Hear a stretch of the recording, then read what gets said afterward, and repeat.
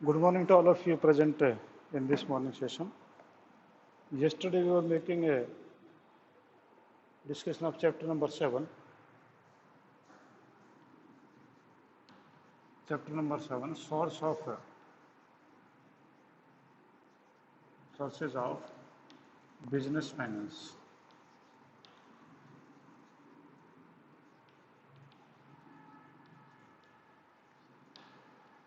This chapter was in progress and we are making the discussion about it.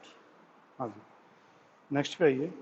हमने कल जो किया था वो हमने किया था ADR, नहीं सॉरी, हाँ हमने किया था GDR किया था हमने कल। तो GDR का मतलब आपके पास में था ग्लोबल डिपॉजिटरी रिसीट्स। फर्स्ट आपके पास में था GDR, इसका पूरा मीनिंग था ग्लोबल डिपॉजिटरी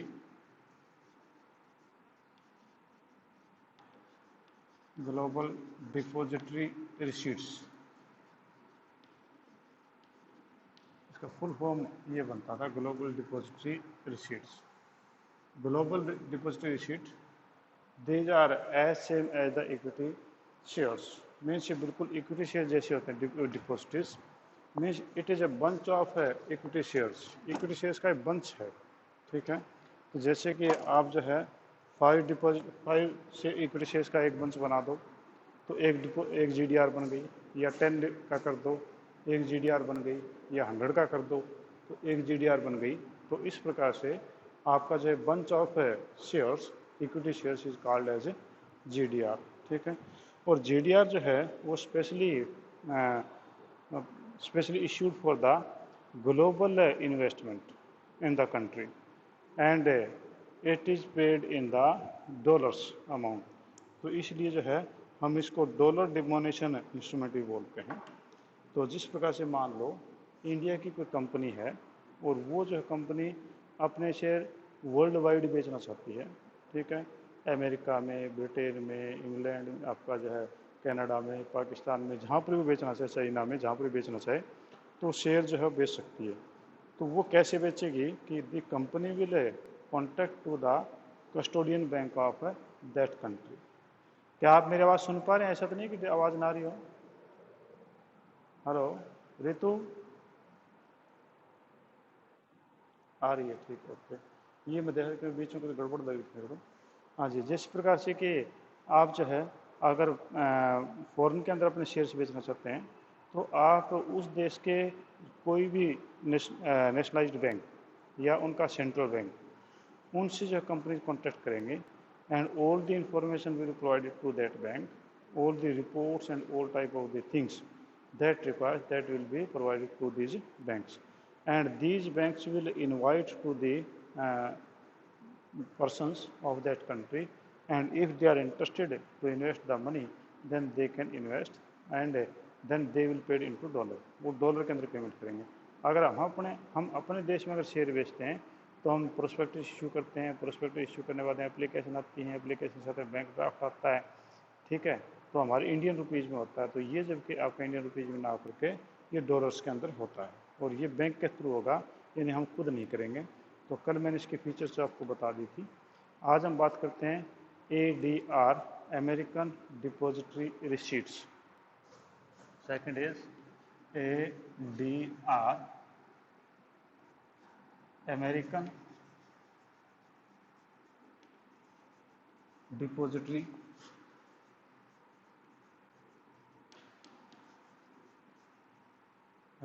डिपॉजिटरी रिसीट्स। तो जैसा ये नाम बता रहा अपने आप में कि it is specially for Americans, ठीक है। ये अमेरिकन्स आपकी अमेरिका के लोग हैं, अमेरिका की कंपनीज हैं, वो इसको इशू कर सकती हैं। An ADR is just like a GDR except that it can be issued to a citizen of USA only, यानी है तो बिल्कुल same as a GDR, but ADR is only issued to the USA persons and it can be listed in US stock exchange. और जो आपका United state का America का जो स्टॉक एक्सचेंज है उसके अंदर उनको लिस्टेड किया जा सकता है। Shares issue by the company are also held by an international bank called depository. और ये भी इंटरनेशनल बैंक से कॉन्टैक्ट करेंगे जैसे कि जीडीआर में करते हैं, ठीक सेम वही पोजीशन, बस नाम एडीआर बदल दिया, बाकी कुछ नहीं है। ठीक है। Which receive the dividend notice and reports ADR are subject to much stricter disclosure requirement than the GDR because the regulations of US stock exchange are very strict। इसमें कुछ रूल एंड रेगुलेशंस हैं वो आपके ज़्यादा strict हैं। America के अंदर जो आपके स्टॉक एक्सचेंज के रूल एंड रेगुलेशंस हैं वो ज़रा स्ट्रिक्ट हैं, उनको ज़्यादा पालन करना पड़ता है। Annual legal and accounting cost of maintaining ADR is much higher than GDR। ठीक है। An ADR is an American dollar denomination instrument. ये आपका जो है अमेरिकन डिमोनेशन, यानी आपका अमेरिकन जो करेंसी है उसी के अंदर इसकी आपकी पेमेंट होगी। Any American bank functionary as depository can issue ADR। और कोई भी आपके जो बैंक है कि जो जो आपकी सेंट्रल गवर्नमेंट है, सेंट्रल बैंक उनका या कोई भी बैंक है अमेरिका का, वो इनको इशू कर सकता है। ठीक है जी। नेक्स्ट आपके पास में इंटरनेशनल डिपॉजिटरी रिसीट यानी IDR। ठीक है। थर्ड आपके पास में IDR इंटरनेशनल, इंडियन मत समझ लेना, international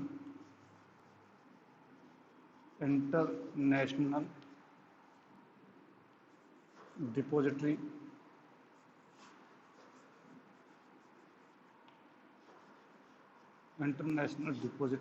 receipts.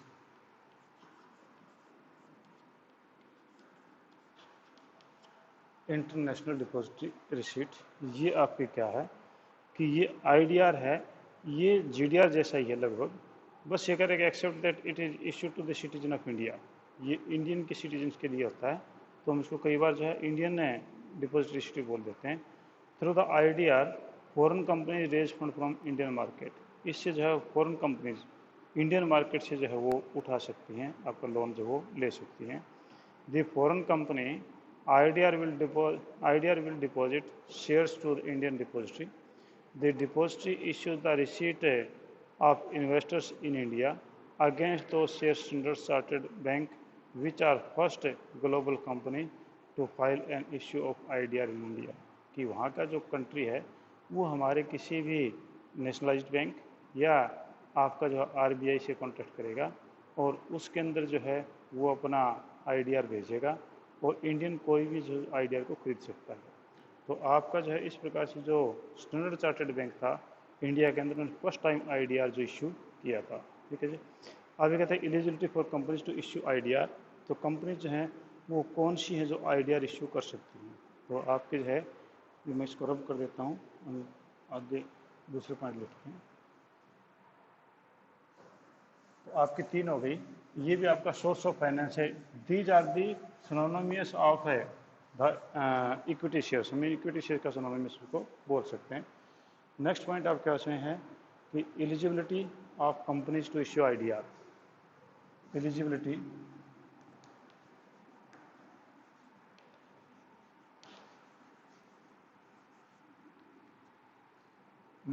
Of companies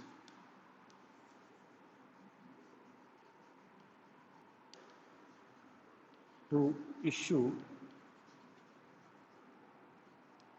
IDR। IDR issue करने के लिए कौन सी कंपनीज, हमारी इंडियन कंपनी कौन सी होंगी जो IDR इश्यू कर सकती हैं, तो उसके बारे में ये बोल रहा है।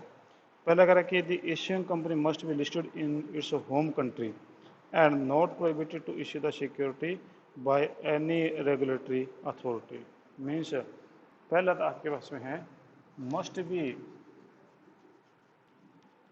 B listed in home stock market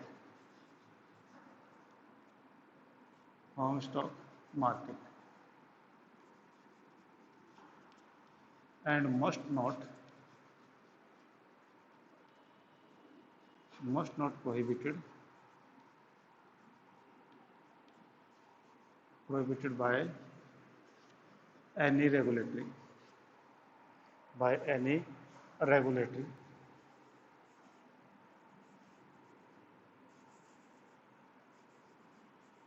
कि पहली बात तो any company which want to issue the IDR in India, क्योंकि आपका इंडिया से पैसा उठाने के लिए लोग आ रहे हैं उनके लिए ही।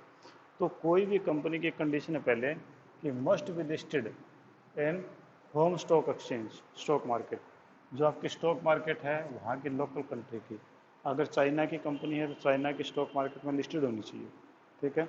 अगर लिस्टेड नहीं है इसका ये कंपनी फेक है, क्योंकि आपका जो कंपनीज हैं they are registered in stock market only which are of genuine company, means which are not of fraud nature.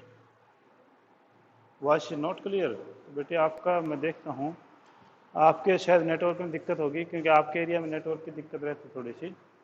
बेटा ये और कोई बताना वॉइस कैसी आ रही है? कनिष्क, बेटे आपका ना एक बार फ्लाइट मोड पे आओ और दोबारा से ज्वाइन करो इसको, मीटिंग को, ठीक है। हाँ जी, must be listed in home stock market and must not be prohibited by any regulatory, और कोई भी रेगुलेटिंग अथॉरिटी उसके द्वारा इसको प्रोहिबिट यानी मना नहीं किया होना चाहिए, मीन्स इट नॉट बी, ठीक है, ओके। हाँ, हो सकता है कई बार नेटवर्क आपके लोकल एरिया में नेटवर्क की दिक्कत होती है, कई बार ऐसा हो सकता है। हाँ जी, नेक्स्ट कह रहे कि it has not tangible asset of at least 3 crores in 3 years continuously. It has not tangible asset. It has net tangible asset. Sorry. It has net. मैं नोट पढ़ गया इसको. It has net tangible asset. It has net tangible assets of 3 crores.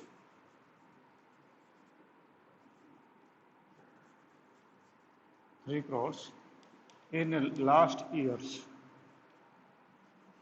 इसके जो है पिछले सालों से जो है 3 करोड़ है कि कम से कम टेंजिबल एसेट का मतलब जो लैंड बिल्डिंग मशीनरी वो उसकी टेंजिबल एसेट होनी चाहिए। ऐसा ना हो कि कोई कंपनी आपके कंट्री में आ जाए शेयर इश्यू करवाने के लिए, आपका आईडीआर बेचने के लिए, और वो कंपनी के पास में कुछ हो ही ना, सिर्फ कागज़ में हो, तो ऐसा नहीं होना चाहिए।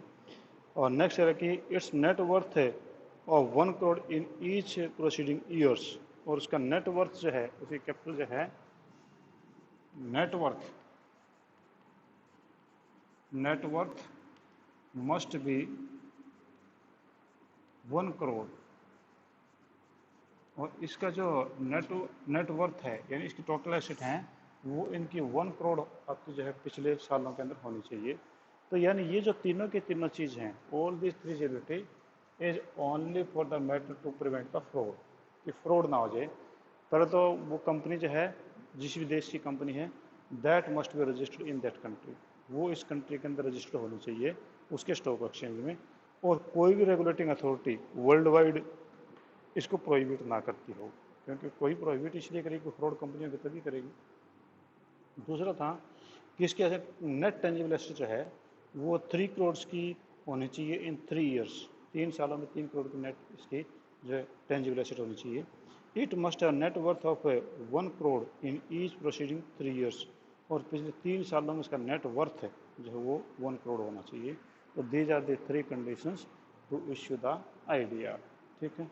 और उसमें करके नेक्स्ट रिजर्वेशन इन आईडीआर, तो रिजर्वेशन यानी कि आईडीआर के अंदर रिजर्वेशन क्या है, क्या कोई इसमें कुछ चीज़ें सुरक्षित हैं, तो कहते हैं at least 50% of issue to be allocated to the qualified institutional buyers, 30% of the issue to retail individuals investors, and balance 20 issue to the non institutional investors and the employees. ये कहता है कि आपके जो आईडीआर जो इश्यू किया जाता है उसमें 1% का सिंगल पर्सन शो ना हो, इसलिए उसमें 50% आपका कम से कम आपका इंस्टीट्यूशनल बायर्स, बैंक हो गए, एलआईसी हो गई, यानी गवर्नमेंट इंस्टीट्यूशंस कहें या पब्लिक इंस्टीट्यूशंस कहें, 50% टोटल आईडीआर का उसको जाएगा, 30% जाएगा रिटेलर्स को, रिटेल को हम जैसे लोगों को, और 20% जाएगा नॉन इंस्टीट्यूशनल इन्वेस्टर्स या एम्प्लॉयज़ उनको जाएगा, ठीक है। यानी आपका 100% आईडीआर के लिए 3 कैटेगरी हो गई। ये इंडियन मार्केट में सभी में लागू है, चाहे हम अपने लोकल भी इक्विटी शेयर इशू करें तो भी वहाँ पर भी लागू होती है।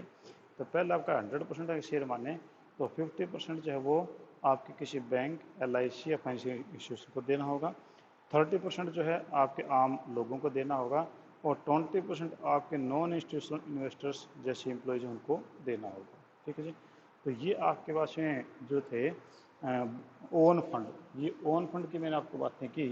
तो ओन फंड में आपके कौन कौन से थे, तो मैं एक बार थोड़ा रिवाइज करवा दूँ, आपको याद भी आप कर लें, क्योंकि आपका जो है सोर्स ऑफ फाइनेंस दो जगह से था। एक आपके पास में था बोरोड फंड, एक आपका ओन फंड। ठीक है। ओन फंड का मतलब जो हमारा खुद का पैसा, यानी जो मालिक लोगों का पैसा है। तो मालिक लोगों का पैसा था, तो वो कौन कौन से सोर्स थे आपके पास में, एक बार थोड़ा सा मैं आपको याद करवा दूँ। तो आपके जो है उसमें याद करें, तो आपके ओन में कौन सा था, पहले आपके पास में था इक्विटी शेयर्स। पहले आपके ओन में था इक्विटी शेयर्स, इक्विटी शेयर्स। दूसरा आपके पास में जो था वो प्रेफरेंस शेयर्स, प्रेफरेंस शेयर्स। ये प्रेफरेंस शेयर भी it is just like equity shares होते हैं, पर दीज आर द लेंडर्स। और थर्ड आपके पास था retained earning, retained earning. Retained earning का मतलब हुआ था आपका जो प्रॉफिट जो आपने बिजनेस में बचा के रखा हुआ था, which are not distributed, that was retained earning. और नेक्स्ट आपके पास था वो आपका जी डी आर। फोर्थ आपके पास था जी डी आर। नेक्स्ट आपके पास फिफ्थ आपके पास था ए डी आर। और नेक्स्ट आपके पास था सिक्स में आई डी आर। ये आपके पास में जो है ओवन फंड के जो रेज करने के सोर्सेज थे। First equity shares, these were the real owner of the company and who bear the risk, and these are the administrator of the company also. Preference shareholders, these are the just like the loan but having some quality of equity shares also. And retained earning means the company have earned a profit and that is not distributed to the members, to the shareholders as a dividend. वो पैसा हमने बचा के रखा तो वो retained earning कहलाया। GDR global depository receipt, अभी मैंने एक्सप्लेन किया। ADR एंड IDR, ये आपके पास में होते हैं मेन, ये आपके पास में है जी ओन फंड जो है उसके वहाँ से हम रेज कर सकते हैं। ठीक है। नेक्स्ट आपके पास में जो आता है वो आपके पास में बोरोड फंड। बोरोड फंड में आपके पास में कौन कौन से हैं, तो हम देखें तो बोरोड फंड के अंदर सबसे पहला आपका है ट्रेड क्रेडिट। ठीक है जी। तो बोरोड फंड में हम लेते हैं सबसे पहले ट्रेड क्रेडिट। ट्रेड क्रेडिट का मतलब जैसे आप अकाउंट्स में एंट्रीज करते हैं ना, अकाउंट में आप उधार की एंट्रियाँ करते हैं, तो जो उधार जो पैसा लिया ना वो मान लो ट्रेड क्रेडिट कहलाता है। तो ये आपका borrowed fund, borrowed fund, borrowed fund में सबसे पहला आपका trade credit, trade credit first is the trade credit.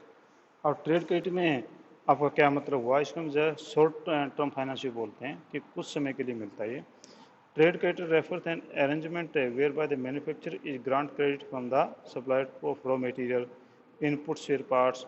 The supplier allow the customer to pay their outstanding balance within a credit period.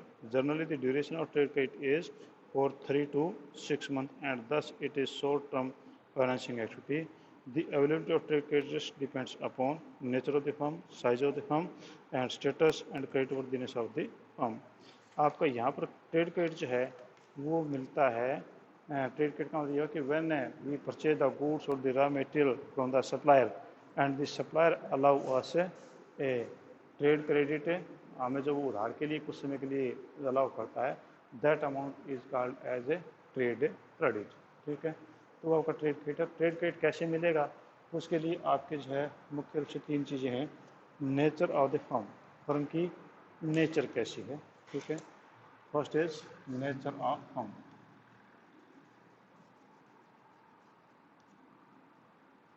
Nature of firm, आपकी firm की nature जो वो कैसी है। It the firm as a fix nature, means आपका business लंबे समय तक चलने वाला है और उसमें आपको जो है आप भाग नहीं सकते, तो ये इस प्रकार की जो होती है वो उस फर्म को जो उधार ज़्यादा समय के लिए मिल सकता है।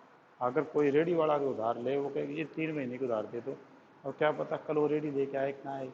ठीक है। इसका उसके फर्म की नेचर क्या है। दूसरा है साइज ऑफ फर्म, सेकंड है साइज ऑफ फर्म।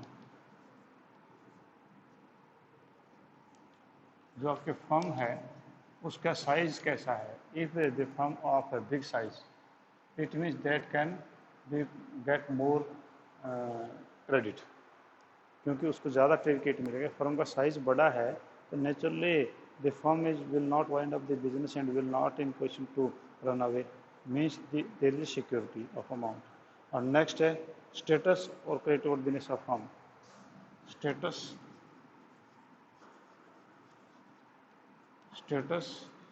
और क्रेडिट वर्दीनेस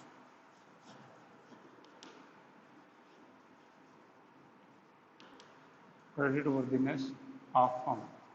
आपकी जो फर्म है उसकी रेपुटेशन क्या है। अगर आपकी फर्म की रेपुटेशन जो है वो अगर ख़राब है, means the previous record of the firm is not good, means you are not paying the creditors on time, then you will not in a position to get the trade credit। तो आपको trade credit नहीं मिल पाएगा, क्योंकि अगर आपका जो है उधार का रिकॉर्ड ही खराब रहा है कि आपके जो है उधार आप लेते हैं और फिर उसको जो टाइम पे देते ही नहीं, उसका 2-2 महीने 4-4 महीने 5-5 महीने सरकाते रहते हैं। तो इस प्रकार से आपका जो है ये क्रेडिट वर्दीनेस भी जरूरी है। तो आपको कितना उधार मिलेगा, किससे कौन लोग उधार देंगे कि नहीं देंगे, तो ये दीज डिपेंड ऑन 3 थिंग्स। पहला नेचर ऑफ फर्म, फर्म की नेचर क्या है। दूसरा साइज ऑफ फर्म। थर्ड आपके पास स्टेटस और क्रेडिट वर्दीनेस ऑफ फर्म। ठीक है। अब ये कहता है कि features of trade credit. Trade credit की फीचर्स कौन कौन से हैं, हम उनके ऊपर आ जाते हैं। हाँ, कुछ बच्चे मेरे से सिलेबस पूछ रहे थे कि जी आपका जो है हमारा सिलेबस क्या होगा अकाउंट्स में बीएसटी में अगर सितंबर एग्ज़ाम होते हैं तो आपका सिलेबस जो है वो मैं बता दूं कि आपके अकाउंट्स में पहले 15 चैप्टर हैं, उसमें 5वां चैप्टर छोड़ देना, बाकी 14 चैप्टर आपके आएंगे। ठीक है, वो बाकी मैं करवा दूंगा। आज चैप्टर हमारा जो अकाउंटेंसी में ये कैश बुक खत्म हो जाएगा। और आपके यहाँ पर हम इसमें कहें कि आपके कितने चैप्टर आएंगे, तो इसमें आपका बिजनेस टीम 8 चैप्टर्स आएंगे। ठीक है, जो विजय सर ने अपने करवा रखे थे वो 8 चैप्टर्स आएंगे। उसमें आपके जो है 15 चैप्टर और इसके अंदर आपके 8 चैप्टर्स होंगे। ठीक है। हाँ जी, features of trade credit.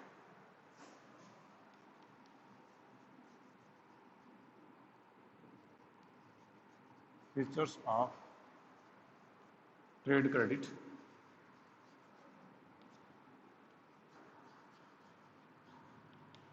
Trade credit की फीचर कौन कौन सी हैं, हम इससे बात कर लेते हैं। ठीक है। तो फर्स्ट आपके पास में है readily available. First is readily available.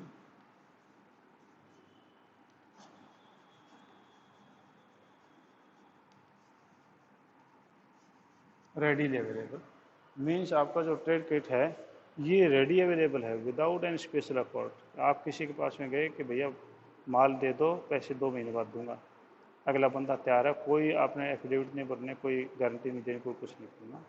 Next is flexible.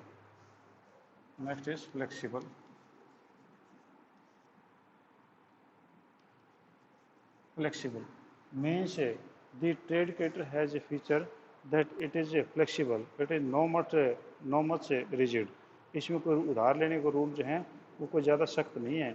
It can be adjusted according to the customer. Customer अगर अच्छा है तो आप उधार इजीली दे देंगे, अगर कस्टमर घटिया है तो आप उधार जल्दी से नहीं देंगे। No flotation cost. Third is no flotation cost.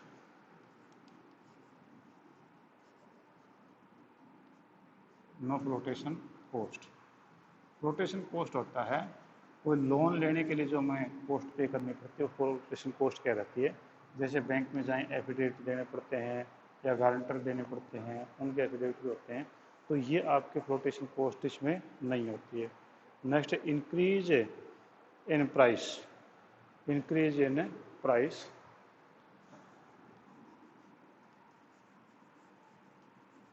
Increase in price आपकी कीमत जो है उसमें बढ़ोतरी हो जाती है कि समटाइम द सप्लायर में increase the price of commodity और the raw material supplied if the selling on credit. अब उधार पे कोई बंदा आपको देगा माल तो नेचुरली वो ब्याज के पैसे उसी में से निकालता है। ठीक है। नेक्स्ट है legal action. Fifth is legal action. कानूनी जो है क्या इसमें कुछ वो लिया जा सकता है एक्शन लिया सकता है कोई पेमेंट ना करे तो कहते हैं trade credit buyer generally issue a promissory note and in case of the fails he made the commitment the supplier can take the legal action. यहाँ पर लीगल एक्शन भी आपका लिया जा सकता है। ठीक है, तो आपके ट्रेड क्रेडिट की फीचर्स थी। तो पहली फीचर्स रेडीली अवेलेबल, यानी ये रेडी अवेलेबल है, कोई दिक्कत नहीं है। नेक्स्ट आपका फ्लेक्सिबल, किसी को कम किसी को ज़्यादा इसमें जो है वो मिल सकता है। और जिसके कहते हैं फ्लोटेशन कॉस्ट, यानी इनमें कोई फॉर्मेलिटी नहीं, कोई कोर्ट की फीस वगैरह नहीं देनी पड़ती। और इंक्रीज इन प्राइस, तो नेचुरली प्राइस तो इंक्रीज होगा ही। ठीक है, और लीगल एक्शन, इसमें लीगल एक्शन भी लिया जा सकता है। ठीक है जी, आज हम इतना ही करेंगे, बाकी हम कल करेंगे। हाँ जी, कोई प्रॉब्लम है तो आप पूछ सकते हैं। Any problem you can ask me. नहीं है, thank you, have a nice day. थोड़ी देर बाद फिर मिलते हैं अकाउंट्स की क्लास में।